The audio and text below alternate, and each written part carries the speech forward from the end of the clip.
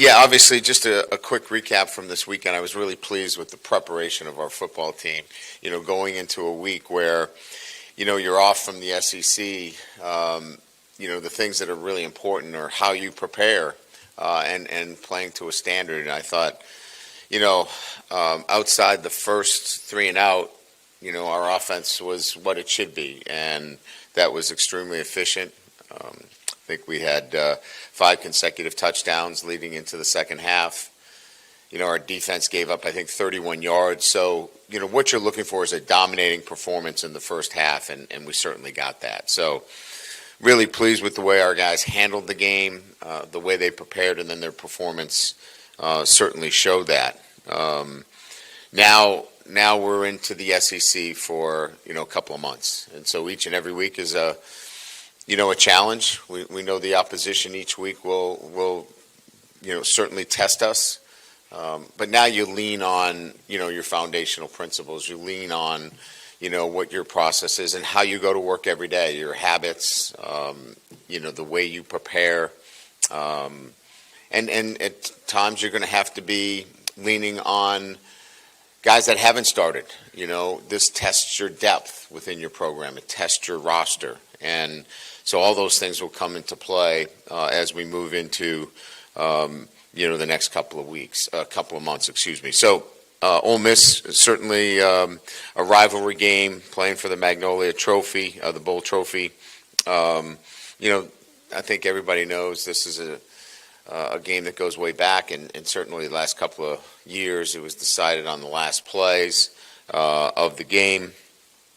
Ole Miss is an outstanding football team, well coached. Lane does a great job, and again, they have an established winning culture and certainly an offense that has again put up incredible numbers offensively, and they do it with 2 quarterbacks now, which is very difficult to do, but they've managed it quite well with Simmons and Chambliss. Both of them have been extremely effective and efficient through their first couple of games, throwing and running. So you've got a dual threat situation. I think Lacey is one of the best backs in the league. Harrison, an outstanding wide receiver. They've got some veteran offensive linemen. And so they're so, obviously efficient at what they do and how they do it. This is what they do. And it's very similar week in and week out. And certainly the balance that they have in running and throwing the football. Defensively, Harris, Daughtery at linebacker, and Perkins at the edge. They've got an inside presence. They've got an outside presence. And they certainly have it at the linebacker who kind of, makes things happen for them. So, again, a great challenge for us, one that we're looking forward to. We got to go on the road. Anytime you go on the road in the SEC, it's a great challenge, and we recognize that going into this week. So that will open up the questions. Brian, just to get started, updates on West Weeks, Caden Durham, Gabe Relaford, and Trey'Dez Green. What is their status now heading into the week? West Weeks ran yesterday. I think we got him at 90%, so I would say that he is probable for this game leading into it. Trey'Dez will play. He was pretty good in pregame, and then we felt like we could hold him back for another week. Caden Durham will be a day-to-day situation. He was better than we had first thought. Doesn't show the signs of a high ankle, so he's anxious to give it a shot and play, but we'll monitor him throughout the week. Gabe Relaford has a subluxation of his shoulder, so he is out this week, and then we will determine whether surgery is necessary or he can play with it. We certainly want to respect the fact that in this situation, a defensive lineman, you want to make sure he's healthy and pass rush. And if he can't compete at the level he needs to, then we'll look at the options that are in front of us, and surgery could be an option. I think that covers everybody. Hey, Coach. The last time you went to Oxford, you scored 49, didn't win the game. I think you referenced that as a low point for you guys defensively. How much better do you feel this time around with this defense going there? Yeah, I mean, I think we've talked about, even the Clemson game, right, Jacques? You feel better about those games because you're taking a defense that can stand up against the environment, going on the road, and all those things. And we're a much more cohesive group. The roster's better, the players are better. Those were good, tough kids that played hard for us, but we're a little short in some areas. So we bring a defense with us. Now we'll have to match. Obviously, I don't know about all the points, but we got to score too. Like we talked about last week. I mean, we can't, be scoring a touchdown or 10 points. That's not going to cut it in the SEC. So continue to play at the level that we have defensively, and then bring your offense up to the level that it needs to be to win games in the SEC. Brian, it kind of appeared that DJ Chester would become sort of your sixth man, would go anywhere on the offensive line. Without him for the first half, where does it leave you if you do need a backup? Yeah, I mean, it's one that we have to adjust to this week. Braden Augustus went in there and did a solid job for us as the backup center. He'll be called on to do that again. Karius Kern now steps into that rotating tackle position for us. We have enough depth inside with Paul and Colin Eccles. And then Ori Williams got a lot of play and did some really good things. So we just have to switch it up in the first half if we, in fact, have to go to a number two. Coach over here, I know you just referenced it, but playing two different quarterbacks potentially with Ole Miss and what they have. I know y'all just played two different quarterbacks in Southeast. Coach Selfley, that's what he wants to do. So how does that really help the team prepare, especially defensively, knowing that you're playing as potentially two quarterbacks this weekend? Yeah, I think it was, in some instances, it would be like Texas A&M last year. Those are two different quarterbacks. One was a pro-style quarterback, and one was certainly a dual threat that could run zone reads, do things of that nature. And it changes you dramatically. This week, both these quarterbacks are similar. And now they have different skill sets in terms of but they can run the same offense with both of these players. So I'm not saying it's easier. It's hard, right? You've got two really good players, but it's not as that one is a pro-style quarterback and is not going to run, and the other one is simply a dual threat. They're both very similar. Brian, I got two on Ole Miss if I can. How much and how effective does Ole Miss use tempo to their advantage? And then a lot of people consider Lane to be a great in-game play caller. What in your opinion, constitutes being a great in-game play caller? Yeah, their tempo is the best in the league. So you have to get lined up. And in some instances, it keeps you from doing too much. You got to get your cleats in the ground. You've got to be fundamentally sound. And I think, Lane does a great job adapting to what's going on in the game itself, right? And I think more than anything else is that, you can plan for things to happen, right? But then you have to be able to prepare what's the next step. And he's obviously very experienced at what he does. And during the game, he can adjust as he sees that he needs to. Coach, with DJ Chester starting the second half at right tackle, what do you sort of see in him as a potential tackle option for you guys, even if he's going to miss the first half of the next game? And what does Weston Davis sort of need to improve on in order to fortify his spot a little more? Yeah, I don't. That position's not up for grabs. Weston Davis has done a really good job. He needed a break. We needed to get him back to where he needs to be as one of the five guys working together. So it was a good learning experience for him. But more importantly, we wanted to get DJ some more tackle reps. As you know, he's gotten plenty of center reps. He started 13 games for us last year. So this was more of an opportunity to get him in the game and get some more tackle reps because, as referenced earlier, he's our first guy in at any one of those five positions. Coach, how do you view your running back room going into this game with Caden being nicked and Jawan? Has he earned more touches with the way he's playing? Yeah, I mean, I think he did a great job. I think Caden, certainly will be in the mix provided he's healthy. And early indications are that he's going to be able to play. We'll see how it goes during the week. I don't want to get too far ahead of myself, but we got a good report on him yesterday, and then this morning when we moved them around, it was positive. So you'll have both those guys, and I thought Caleb Jackson probably had his best game of the year in terms of seeing things, hitting them, playing physical, catching the ball out of the backfield.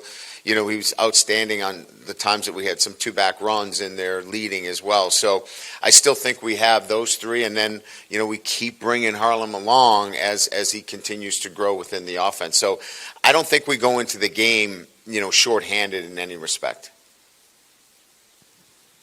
I guess just following up on Cobble's question a couple minutes ago, just the Kiffin versus Blake Baker. These are obviously two very highly regarded offensive and defensive minds. Just as a football coach, fan of football, just what do you like about just the opportunity those two get to kind of mix and match each Well, other? I think we're at that point that we know each other very well. I mean, both teams, for me, this is, certainly the fourth time we've played against each other.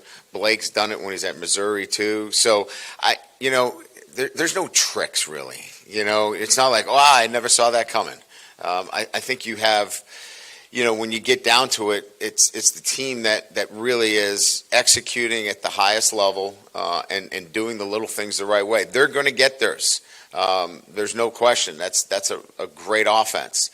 But I think that's played a little bit too much because they know each other so well and they know what to expect, and both of them on offense and defense know how to make the appropriate adjustments. Last week you talked about wanting your offense to play a little looser and freer. I guess Garrett echoed those sentiments in the postgame, saying he felt like that was the case. Did you see that on film? What did you like about your team in that instance and that they were able to just get out there and play? Yeah, I mean, I think, it's kind of going back to what I said earlier is that I want our teams not to be so scripted. And I thought we got a little scripted offensively and, to the point where, it was so planned out and then the game starts. And then you got to adapt and adjust. And so I think as you talk about the offensive structure, I think it's continually find ways to run the ball and have a running game. And then let Garrett Nussmeier do what he does, and he loves to throw the football down the field. So I think, being a little bit more aggressive on fourth down, we had the 3 fourth down situations. I think it just, from my perspective and talking to our players, they just felt better about how we attack things, and we'll have to continue to do that moving forward.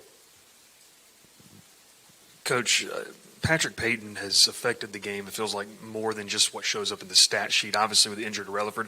You just talk about what he's provided through the first, month of the season and what you like about him? It's a great question. We were just talking about it, his unselfishness. He's not out there looking for sacks. He's out there, playing the defense. And that's going to serve him well down the road when NFL teams start to really look at his effectiveness. You come here and you're like, well, I want to, make sacks and get the, the bling plays. He's been really effective as being 1/11th of that defense. We've been really good because those guys, not just him, but Jack, and certainly Jamari, who had a really good game Saturday, they have done their jobs and not gone outside the lines to try to get individual statistics, and really proud of all of them. Well, again, I think, you recruit somebody and you see them on film and you see the things that you really like about them.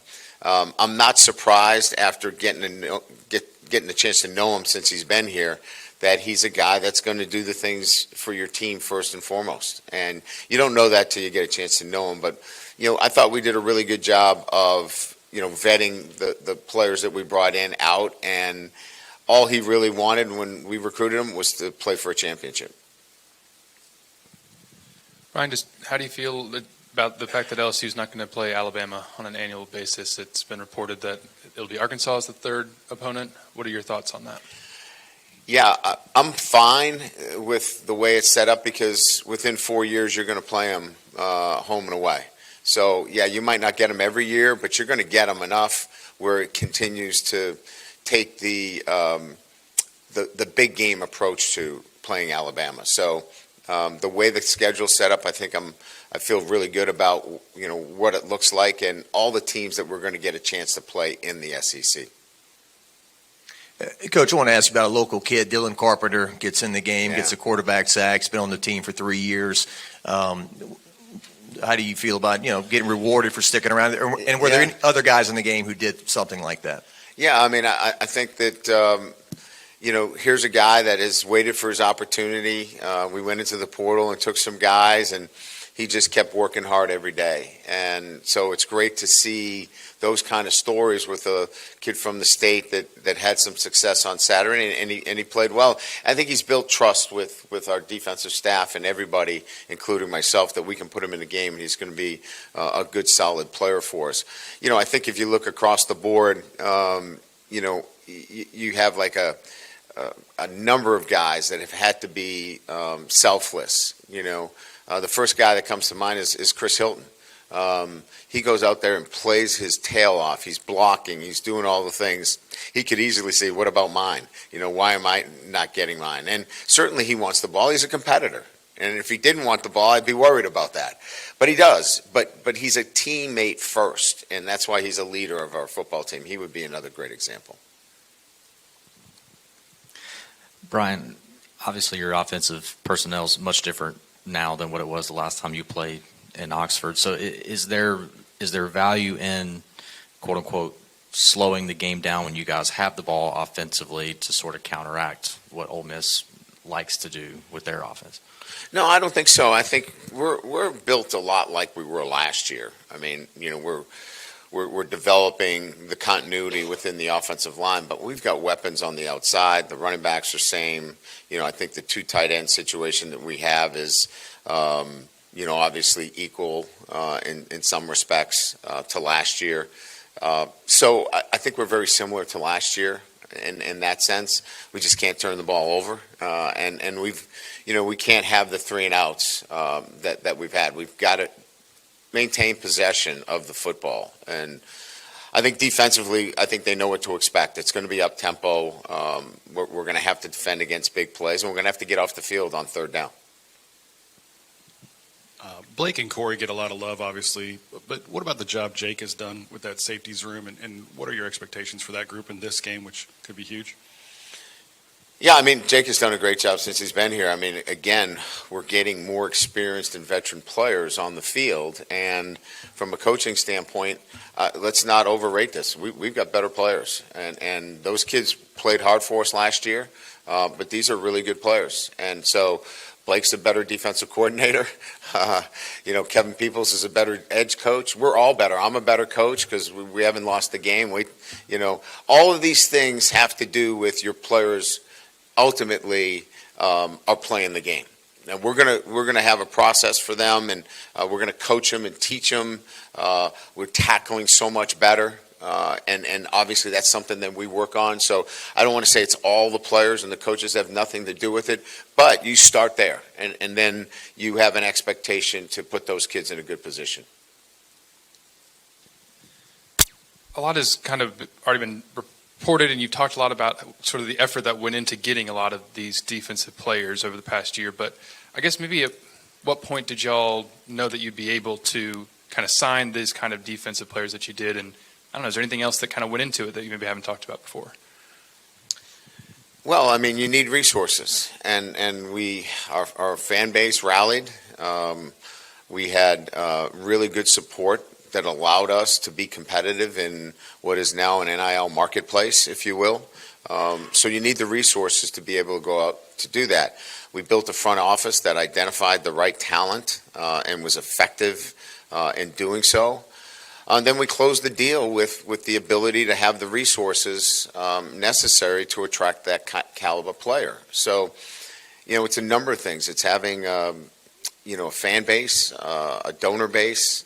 It's having a front office. It's and then creating an environment, here at LSU and using the brand of LSU and what it can do. I think all of those things, Wilson, came together as one to get to where we are with this roster. Coach, with Gabe Relaford out, how do you guys sort of piece together that fourth edge rusher spot to sort of rotate in? Is it going to be a bunch of different guys? Is there a guy that you kind of want to tab for that spot? I was just sort of curious how you guys approach that now. Yeah, we talked about Dylan. Dylan played quite a bit. We're excited about Dylan. We'll take a look at, CJ and Collage. They're both ready to play for us as well. We'll take a look at Damian Shanklin. We think we have some really good options for that fourth position. We'll miss Gabe this week, certainly, until we decide what his fate is moving forward relative to the shoulder. But we feel really good that we're going to be able to find that fourth guy through all the guys that I just mentioned. Would you mind just elaborating a bit on Carius Kern, what you noticed when he showed up in the spring to fall camp, then really getting his first extended action on Saturday? He's an exceptional physical specimen, but we have to be able to turn that into a technically sound offensive lineman, and he's made really good progress. I think we all know that I'm willing to play freshman at that position. We did it in 2022. It's just really difficult, when you're asking somebody to go in and play a position at this level for the first time. There's going to be a learning curve. I like what he's doing. I like the maturity that he's showing and the consistency. And I still think you're going to see him playing in some capacity, and he's got to be prepared to do so. Any adjustments or challenges with the 230 kick? No, but it is our first 230 kick in quite some time. I don't know when the last time we played. I can't remember. See, there you go. All right, that's good for me. I didn't remember something. Nothing major. I think that it's not an easy trip, and I told our team that last week, actually. We were talking about the schedule moving forward. You get to Tupelo, and then you're still an hour bus ride. So you got to handle it. You got to mentally lock in and handle that you've got a road trip, and don't be distracted by it. It is what it is. And get your mind right about that. And, be prepared. But I don't think the 2:30 start is really something that's out of our comfort zone. We practice every time right around that 2:30 time. No, I don't think we're going to do that this year. Yeah, that's a one-time deal.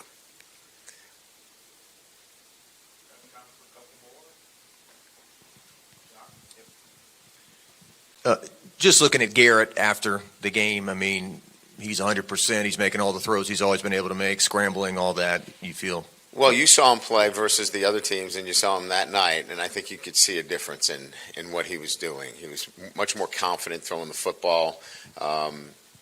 I think, he saw opportunities to run. He took it. I thought his escape out of the pocket where he threw the touchdown pass was outstanding. Those are the things that we're looking for from him. And quite frankly, giving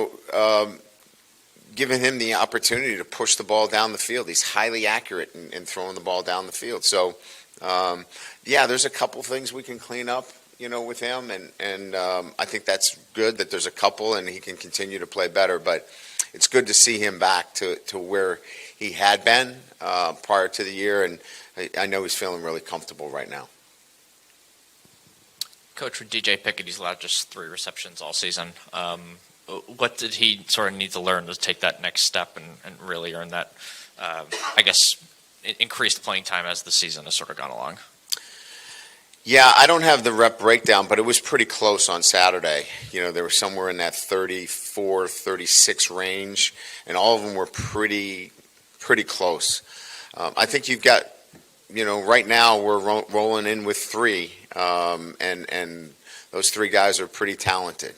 And so I think you'll see that continue in terms of his reps. And just more game experience, a couple of times where he was in a position he's got to wrap up and make a tackle, but he's an outstanding player. We're nitpicking. Here's a true freshman coming in, and he can play at the highest level. Thank you. Great. Thank you.